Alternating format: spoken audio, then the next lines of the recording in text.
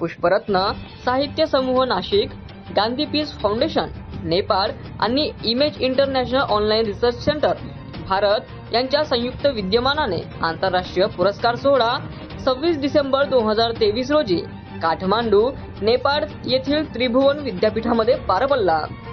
कार्यक्रमात नेपाळ देशाचे पहिले उपराष्ट्रपती प्रेमानंद झा, गांधी पीस फाउंडेशन नेपाळचे अध्यक्ष लाल बहादूर राणा, विश्व फेडरेशन नेपाळचे संस्थापक Lama Gyancho Rinpoche, Chandrakumar Sharma, image international online research centre भारताचे अध्यक्ष BN खरात आदी मान्यवरांच्या हस्ते अहेरी येथील सुशीला भगत यांना आंतरराष्ट्रीय मानवता पुरस्कार प्रदान करण्यात आला।